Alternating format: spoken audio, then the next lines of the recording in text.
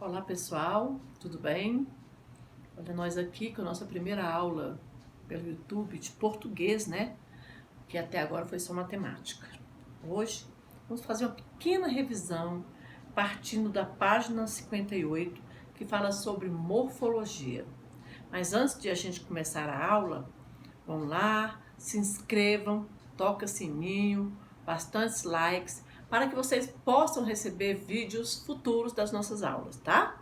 É um prazer muito grande estar aqui com vocês, mesmo nesse momento de crise que nosso país está atravessando.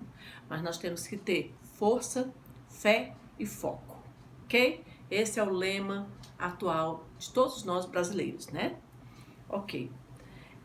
Hoje nós vamos fazer uma revisãozinha sobre a última aula que nós tivemos, que foi sobre morfologia, tá? A morfologia, que é a parte da gramática que estuda as classes gramaticais. De todas as palavras que nós podemos formar uma oração, uma frase, um parágrafo, 3 ou mais parágrafos, que é um texto, uma redação, ou até mesmo, quem sabe, queridos alunos, escrever um livro, né? Para isso é preciso que a gente tenha um pouquinho de conhecimento sobre elas, tá? Então, para memorizar melhor essas 10 classes gramaticais, eu criei essa mnemônia que tem aqui, ó, chamada Caspavipam, ok?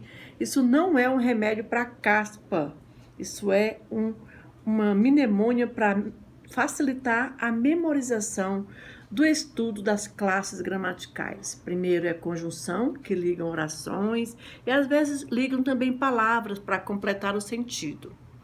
A de adjetivo, que caracteriza um substantivo e muitas vezes o próprio adjetivo.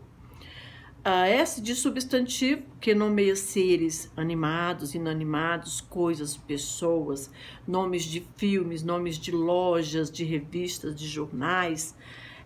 Também nomeia os sentimentos, sensações e várias outras coisas, tá? Preposição, que é uma das classes gramaticais que liga duas palavras ou mais até para completar o sentido de outras, tá? Temos o advérbio, que é um termo circunstancial, que pode ser o tempo, modo, lugar, e que o advérbio tem poder de mudar o verbo, a circunstância, o lugar, o modo, como algo aconteceu, quando aconteceu, em que circunstância aconteceu. Temos o verbo, que indica uma ação, um estado, até repetir aqui, ou fenômeno da natureza, vou riscar bem aqui para facilitar o estudo, tá? Tá repetido. Ou fenômeno natural. O verbo é uma palavra que é o tema central de uma oração. Não existe oração sem verbo, tá? Interjeição. A interjeição indica as sensações, os medos, as surpresas, os pavores, tá? Uma palavrinha que a gente usa para indicar que a gente está sentindo medo, que a gente sentiu que é uma surpresa, algo que mude um pouco o nosso estar, o nosso bem-estar, nosso estado espiritual, certo?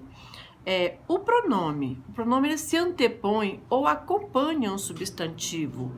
Então, ele tem dois tipos. Quando ele se antepõe, ele é um substantivo que acompanha, tá? E ele é um pronome adjetivo quando ele ele se antepõe ao pronome, ele está acompanhando, tá? Ele está adjetivando esse substantivo, ou ele apenas substitui o substantivo, certo? Ele é um pronome adjetivo ou também pode ser um pronome substantivo.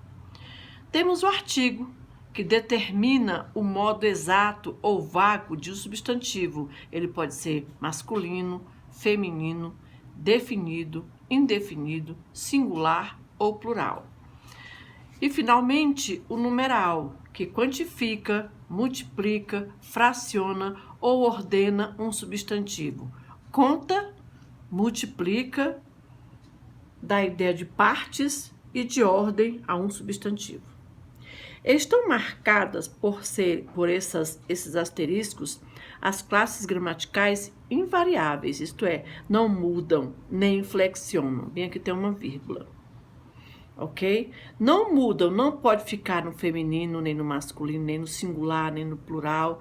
Não sofre as mesmas flexões que o substantivo, o adjetivo, o verbo, outras classes gramaticais sofreriam, tá?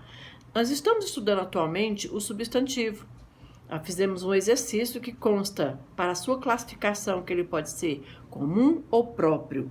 Comum, nomes de seres de mesma espécie. Próprio, quando é dado um nome a esse substantivo. Concreto ou abstrato? Concreto é que eu dei a diquinha para vocês, que quando eu morro, fica. Abstrato é aquilo que quando eu morro, eu levo. Coletivo, ideia de conjunto, certo? Um conjunto que é usada a palavra apenas no singular, não posso usar plurais no coletivo. Primitivo, a palavra mãe, derivado das palavras filhas, as que nascem das palavras mãe, como pedra,